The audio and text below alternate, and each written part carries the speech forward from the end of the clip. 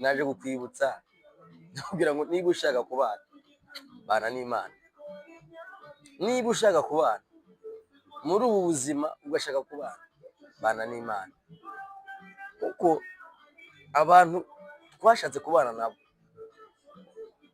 imitego twasimbutse no bayiduteze, imyambi Uwiteka dukijije nibo bayiturashe, akagambana Uwiteka turengeje nta bantu batugambaniye,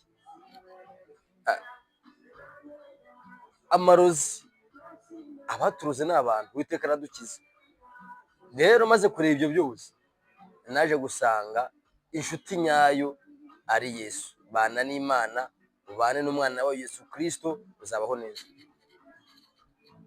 Iteka twebwe duharanira gushaka kubana n'abantu, kandi kuko niko bimeze, kuri ku isi nta bantu uzababonera, ariko urugwiro rwinshi rugerane n'Imana. Niba ushaka kuganira ibyawe, biganiriza Imana, izakubikira ibanga. Akenshi ubuzima bwacu bwose twabushyize hanze kubera kwizera abantu, ukikora ukamuganiriza ibyawe ntawe umuhishe, mwita umuvandimwe, mwita inshuti, ubona ntacyo bitwaye, ariko ukaza usanga bya bintu byose wamuganirije byageze hanze. Niba ushaka kubana bana n'Imana mwene data, niba ushaka gusabana girana ubusabane n'Imana, kuko abantu barahemuka. Ni inama ni ukugira, abantu barahemuka. Urugero rwa mbere, Yosefu na bene se. Yosefu arota inzozi, ahamagara bene se, arababwira ati yemwe narose inzozi, narose tujya gutashya, imiba yacu twese turayishinga, reka turangize kuyishinga, iyanyu yose uko ari 11 igwa imbere y'uwanjye mubana nikoreye. Bene se bagashyira ahantu, baravuga ngo burya azaba umwami, aba yikoreye ishyano. Abantu tubana nabo, ingorane nyinshi twikururiye nabo tubana. Twaganirije ibyacu, twabwiye ibyacu, twabwiye gahunda zacu ziri imbere, twababwiye iyo twenda gukora, babimenye ishyari rirabica, batanya kutugambanira. Twabwiye iby'Imana yavuze yatusezeranyije, bamenye iby'Imana izakora, barabatereka tumuroge ntazabigereho. Ubu ingorane nyinshi turi kujya duhura nazo muri ubu buzima ni uko twizeye abantu. Ibibazo byinshi turi guhura nabyo muri ubu buzima, abenshi bari guhura nabyo muri ubu buzima ni uko biringiye abantu. Hari umugabo waririmbye aravuga ngo wiringire Imana, arongera aririmba aravuga ngo uvana abantu amaso ku bana b'abantu, kuko abana b'abantu barahindagurika, kuko niko bateye. Ubu ingorane dufite ni uko twiringiye abantu. Mu mibanire yacu yo kuri iyi si dukuramo Imana, twimika abantu. Ibyo twagomba kuganiriza Imana tubiganiriza abantu, kandi pe abantu nibo badushize hanze. Babandi wiringiye, niba wumvaga ibyawe byageze hanze kubera ni abantu babibwiye nibo babigije hanze.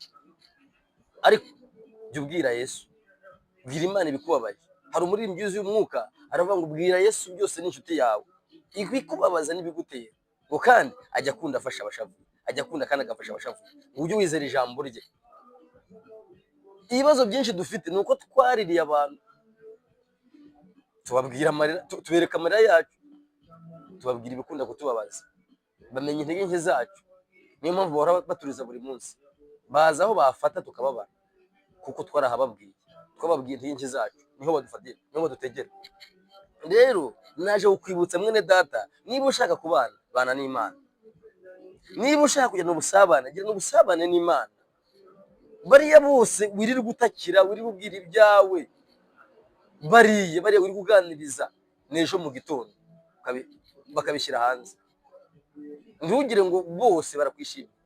Babandi wirirwa ubwira amashuri uziga, babandi wirirwa ubwira ibyo ugiye kugura, babandi wirirwa ubwira inyubako ugiye kubaka, babandi wirirwa ubwira aho ugiye kwimukira, babandi wirirwa umenera amabanga y'ubuzima bwawe, ugiye kubibona mu minsi iri imbere biri hanze, kuko wiringiye abantu. Niba ushaka kubitsa ibanga, ribitsa Imana, izarikubikira. Niba ushaka kubitsa ibanga akaribika, ribitsa Imana, ntabwo izaguteza abantu, ntabwo izaguteza ab'isi. Niba ushaka kubika, bitsa Imana, ariko nubitsa abantu bizagukoraho kandi uzabirebesha amaso yawe. Niba ushaka kugira umubano ugirane n'Imana, abantu barananiranye mwene data. Niba ushaka kuguriza Imana, abantu barananiranye. Ibibazo byinshi dufite nuko twiringiye abantu. Ubu tuza kwiringira Imana mbere, ibara twambukije, ibara tuvanyanga ikatukira handi.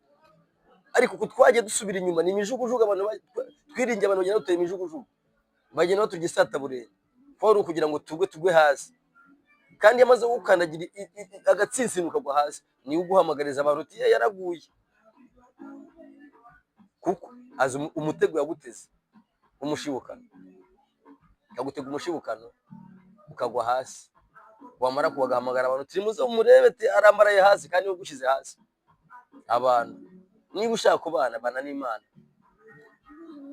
abo twajyanye nabo nibo baturambitse ku butaka, abo twaganirije ibyacu nibo mwene data ukuntu ukurikira igice na YouTube, ni inshuti ya bose koko, ni inshuti ya bose, nta mwanzi igira. Ariko ndakwinginze, nimba ushaka kubana bana n'Imana, ibyawe byose ubibwira Imana. Abenshi ingo zagiye zisenyuka kubera kubwira abantu, kubera kubwira abantu ibibazo byabo bafite mu ngo, nawe ukagira ngo ari ukugira inama kandi ari ukugira inama igushuka.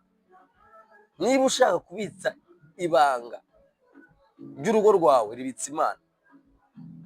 Bwira Imana ati Imana nyubakira urugo. Bwira Imana ibibazo byawe ufite mu rugo rwawe, naho ya nshuti yawe wizera niwe mwanzi wawe wa mbere, niwe uzarusenya ruhereye mu mizi. Kandi namara kurusenya azagenda gutaranga, bwira abantu uti bibwira Imana binaniranye, ariko nta wundi wabwiye ibyawe, wabibwiye Imana yo mu ijuru. Kandi iyo ntabwo izabura uko igenza urugo rwawe, ntabwo izabura uko ikugenza, izakubikira ibanga. Abantu ntabanga bakigira, ubimubwira nonaha mu kanya, no mu telefone zaje agatamagara ati runaka reka. Niba ushaka kubana bana n'Imana, uzagira amahoro muri ubu buzima. Nubana n'Imana neza, uzabona amahoro, nta gisebo uzagira. Nugira ibibazo ukabitura Imana, Imana izabigufasha, bizakemuka. Reka ngusezere kubwira ngo niba ushaka kubana bana n'Imana, naho abantu bo kuko ntabwo uragera mu ijuru, ufite uko uzabana nabo mu bwenge bwawe Imana yaguhaye. Ariko niba ushaka kujya uganira ibyawe, tubiganiriza Imana, kandi Imana izagufasha mu izina rya Yesu. Amen.